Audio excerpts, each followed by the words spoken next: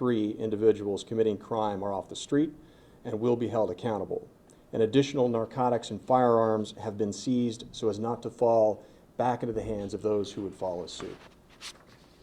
We currently have 4 subjects outstanding, and we are asking the public's assistance. If you know the location of any of the individuals indicted that are not in custody at this time, please call law enforcement. Your tips can remain anonymous, and information can be provided at 1-866-4-WANTED. That's 1-866-4-WANTED.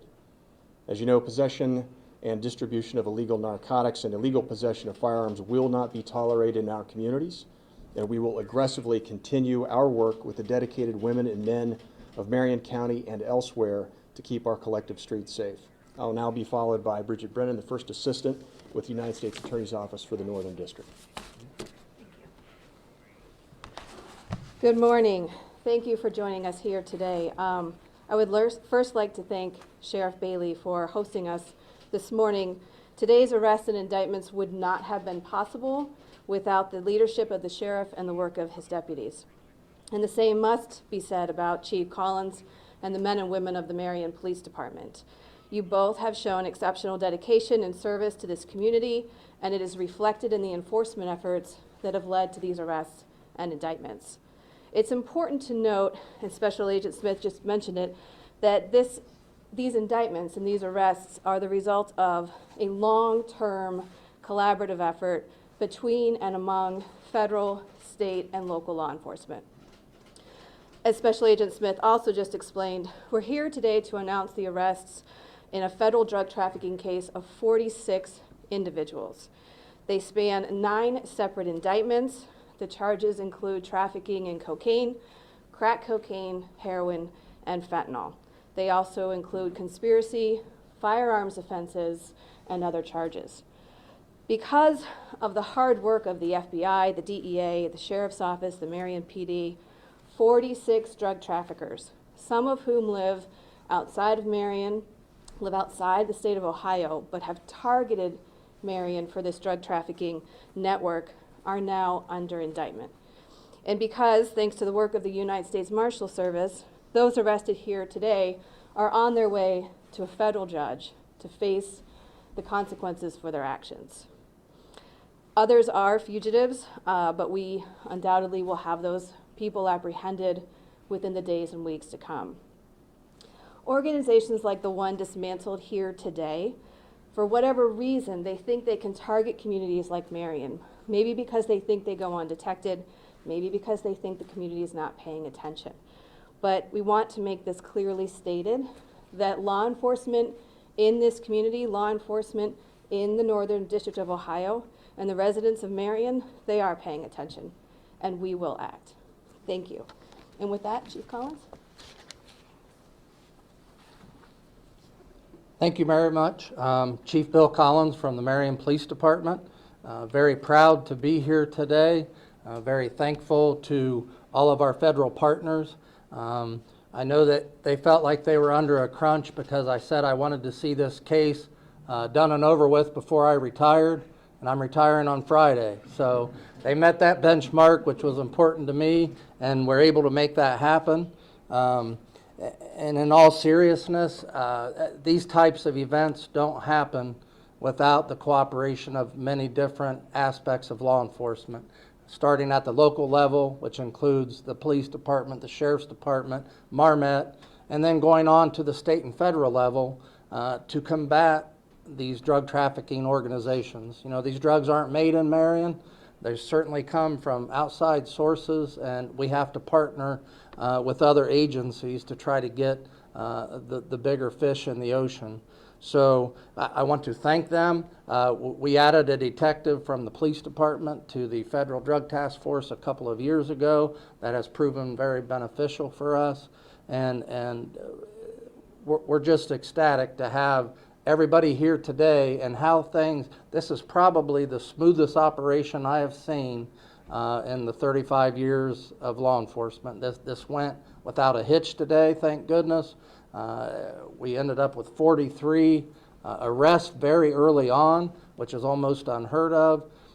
So the stars were aligned for us today, And as a result, Marion will be a safer place after today. Well, you only have to look, you don't have to go very far to see the effects that these drugs have on our community. And for these out-of-town drug dealers to come here and think that they can get away with it because we're a smaller community, I think that sends a message to them today. Thank you. Sheriff? Thank you. Good morning. I'm Tim Bailey. I'm the county sheriff. And I also want to thank our federal partners who really made this happen. This is a culmination of a long-term investigation by the people actually standing in the back of the room. I'm up here in front of the cameras, but they're the ones that actually did all the work. And I want to congratulate you on a job well done. I think this is going to make a dent in the drug operation in Marion County, and it's going to have a long-term effect. And with that, I'll end. If you have any questions, Yeah, we'll take them.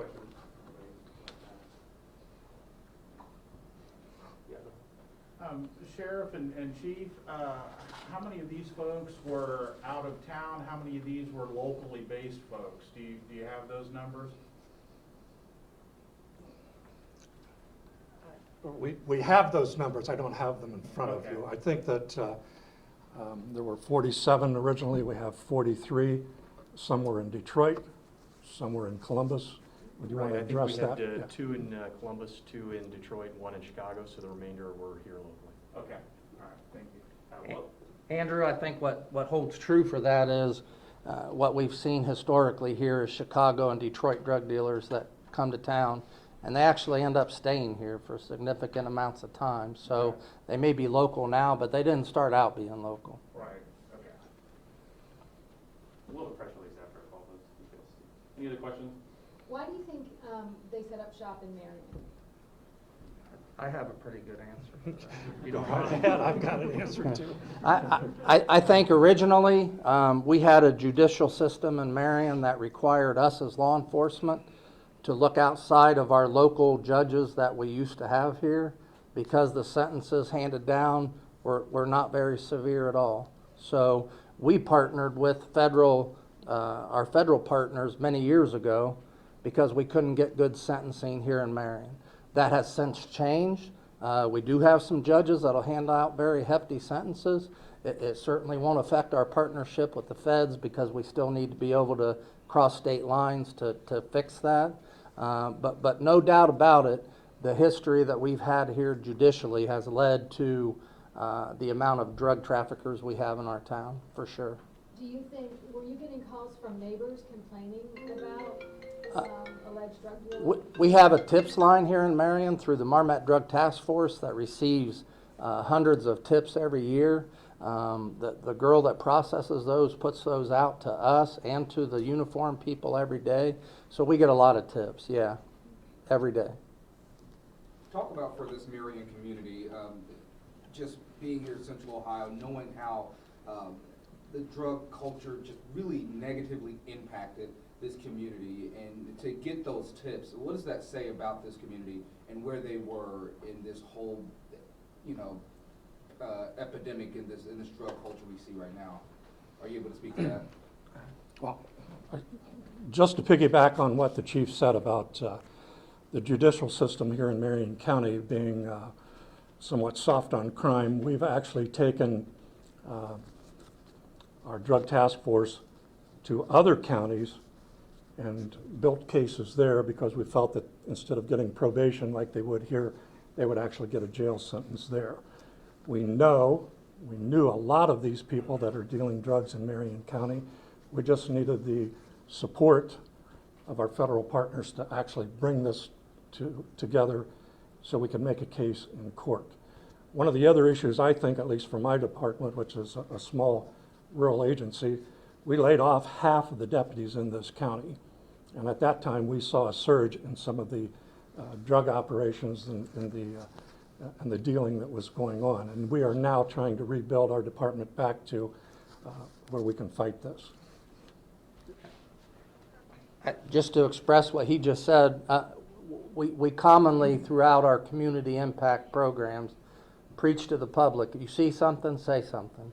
and we've given them that outlet to do that via, they can call an anonymous tips line and leave that information. Like the sheriff touched on, we also lost, we were a 60-man department and went down to about 39 in 2012 was our lowest levels. So when you don't have the number of law enforcement out there you need, on top of judges that aren't putting people in prison, that was just a perfect storm. So we're coming out of that. We're back up to like 56 officers now in the city of Marion and still moving up. Our drug task force is bigger than it's ever been, and we're ready to go. Any other questions? Eric, does this show that drugs even permeate the smallest of communities that you all are involved in trying to clean up? Is it what? I'm sorry. Sorry.